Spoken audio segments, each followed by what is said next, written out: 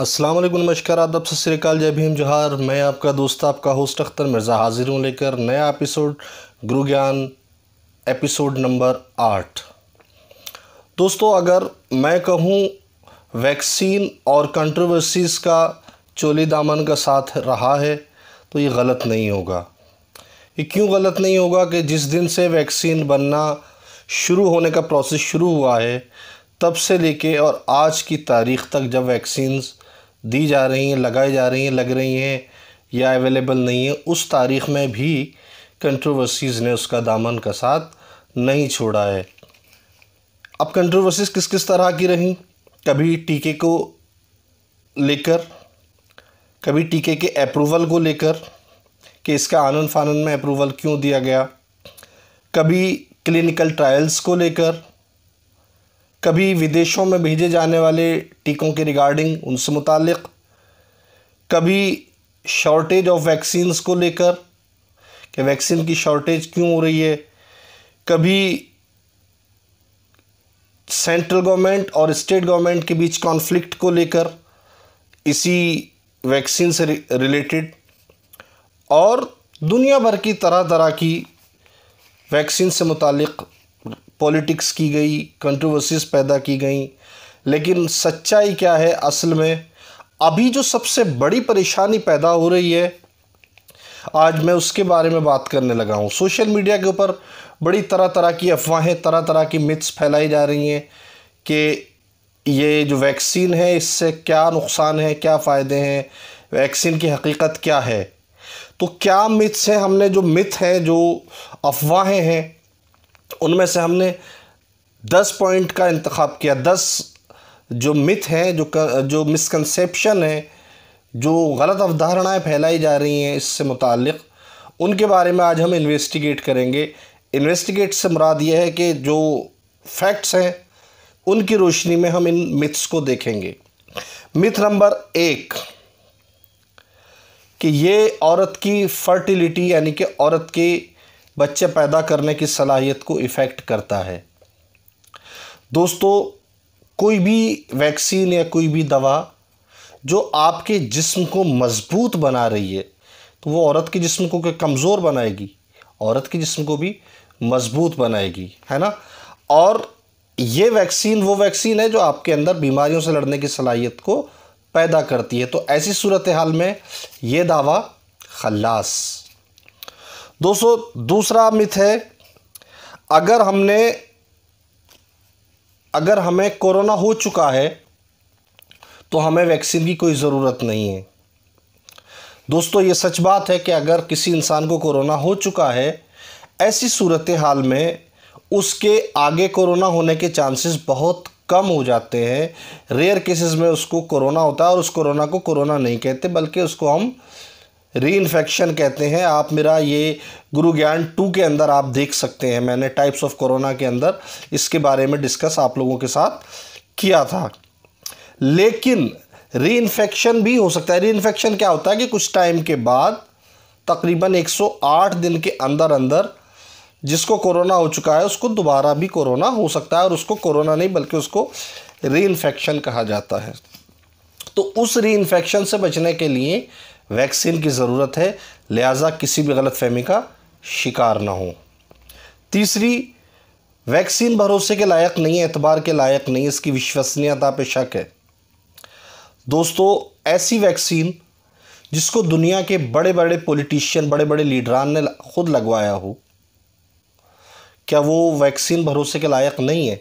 जिस वैक्सीन को अमेरिका के प्रेसिडेंट जो बाइडेन, कनाडा के पीएम ट्रूडो लगवा रहे हों, जिसको रशिया के जो पीएम है, शायद प्रेसिडेंट है मिस्टर पुतिन, जो रशिया के प्रेसिडेंट हैं व्लादिमीर पुतिन, अगर वो लगवा रहे हों, या हमारे मुल्क के प्रधानमंत्री श्री नरेंद्र मोदी लगवा रहे हों, या हमारे होम मिनिस्टर अमित शाह जी लगवा रहे हों, या हमारे ex PM mister Manmohan Singh ji लगवा रहे हों, तो क्या वो लायक एतबार नहीं है?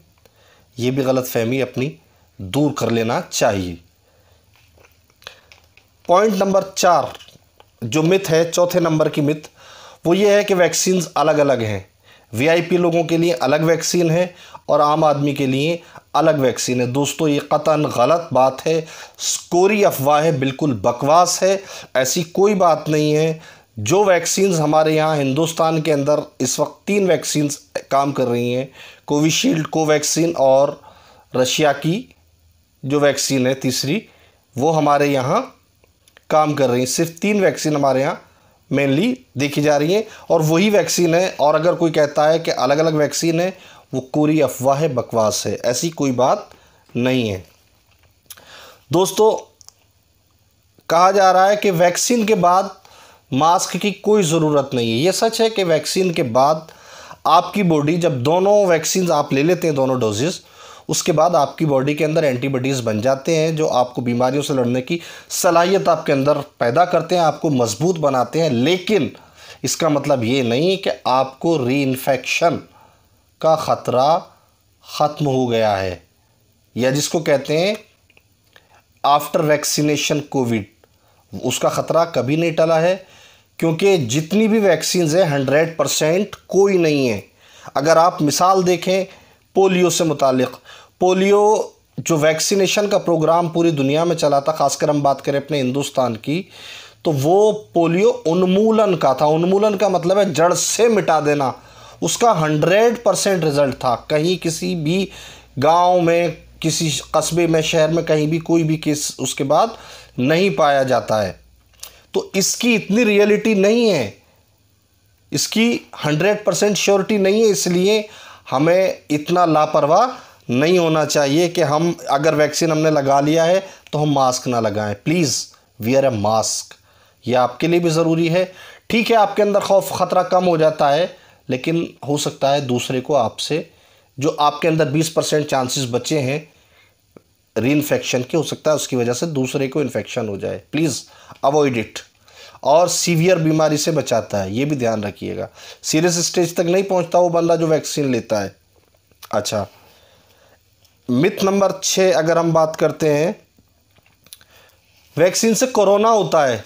एक ये भी अफवाह बहुत तेज़ी से सोशल मीडिया पे चलाई जा रही है कि ये कोरोना ख़त्म करने के लिए नहीं, बल्कि कोरोना को पैदा करने के लिए, कोरोना लोगों को फैलाने के लिए ये वैक्सीन लगाई जा रही है। जबकि ऐसा कुछ भी नहीं है, एक कोरी अफवाह है, बकवास है। वो एक डेड कोरोना का जो वायरस होता है वो डेड होता है। उसको बहुत सारी दवाओं के, बहुत सारे केमिकल्स के साथ मिला के, बड़ी रिसर्च के बाद, लंबे चौड़ी रिसर्च के बाद उसको वैक्सीन की शक्ल देके आप लोगों तक पहुंचाया जाता है। लिहाजा ऐसी गलत बातें पैदा न करें। Point number 7, vaccine DNA change करती है। कितनी हंसी मज़े का खेज बात है। जब एक बीमारी ही आरएनए की है तो वो आपका डीएनए कैसे चेंज कर सकती है। कोविड-19 डीएनए की नहीं बल्कि आरएनए की बीमारी है। यही वजह है कि इसको क्योर करने में परेशानी का सामना करना पड़ रहा है। तो ये भी खल्लास, कोरी बकवास, ऐसी बातों में हरगिज़ भी ना जाए। प्लीज़ पढ़े लिखों की तरह से ट्रीट करें, अवेयर रहें और लोगों को अवेयर करें, ऐसी गलत फहमियों से बाज आएँ। दोस्तों एक और है कि इसको बहुत ज़्यादा जो कंट्रोवर्शियल सब्सटेंसेस हैं उनसे तैयार किया गया है। कहीं कहा गया है कि एक जो हामला औरत है, प्रेग्नेंट औरत, उसके पेट के अंदर से बच्चे को निकाल के उसको किल करके उस बच्चे को, उससे इस वैक्सीन के अंदर बनाया गया है, कुछ डाला गया है उसमें से बोन मैरो वगैरह लेके, डीएनए आरएनए लेके। और कुछ में कहा जा रहा है कि ऐसे जानवरों की चर्बियाँ वगैरह, जिसमें सूअर, खंजीर का नाम लिया गया है, इवन गाय तक का नाम लिया गया है। तो लिहाजा ऐसी अफवाहें ना फैलाएं। ऐसी कोई बात नहीं है, ऐसी कोई इम्प्योरिटी नहीं है। ये बिल्कुल पूरी तरीके से इन सब चीज़ों से पाक है। आप देख सकते हैं, इसके इंग्रेडिएंट्स आपको नेट पे आसानी से अवेलेबल हैं, मिल जाएंगे। दोस्तों एक और बड़ी हंसी वाली, बड़ी मजाक वाली चीज़ वायरल हो रही है कि इसके अंदर माइक्रोचिप है। माइक्रोचिप कोई मजाक है, कोई क्या है? कोई नोट के अंदर माइक्रोचिप निकाल देता है जो गोदी मीडिया है, और कुछ लोग जो है कोरोना वैक्सीन के अंदर। तो प्लीज़ ऐसी अफवाहें ना फैलाएं। और नंबर 10 10th मिथ, ये कहा जा रहा है कि जिन लोगों ने कोरोना की 2 वैक्सीन्स ले ली हैं वो 2 साल के अंदर अंदर मर जाएंगे। दोस्तों ये बिल्कुल एक जहालत भरी बात है। क्या मुमकिन है दुनिया की 80% आबादी तकरीबन वैक्सीन लेने जा रही है या ले चुकी या ले रही है, या 90% भी ले सकती है इसको, इवन 100% के भी चांसेस है, क्योंकि अभी और छोटे बच्चों को भी बनाई जाएगी। अगर 100% के 100% लोग इस दुनिया से मर जाएंगे तो इसका फ़ायदा किसको होगा? कोई क्यों किसी को मारेगा? ये कितनी मुज़िका खेज़ बात है। आज का पैगाम ये है, अफवाहों पर ध्यान न दें, अपनी अक्ल का इस्तेमाल करें, अपने जहन का इस्तेमाल करें, शऊर का इस्तेमाल करें। ऐसी बातें, ऐसी अफवाहें हरगिज़ भी ना फैलाएं। आपसे आखिर में यही दरख्वास्त है, हमारे चैनल को सब्सक्राइब करना ना भूलें। हम इसी तरह से रिसर्च करके आप लोगों की गलत फहमियों को दूर करने के लिए नए नए खुलासे करते रहेंगे। तब तक के लिए अख्तर मिर्ज़ा को दीजिए इजाज़त। खुदा हाफिज़।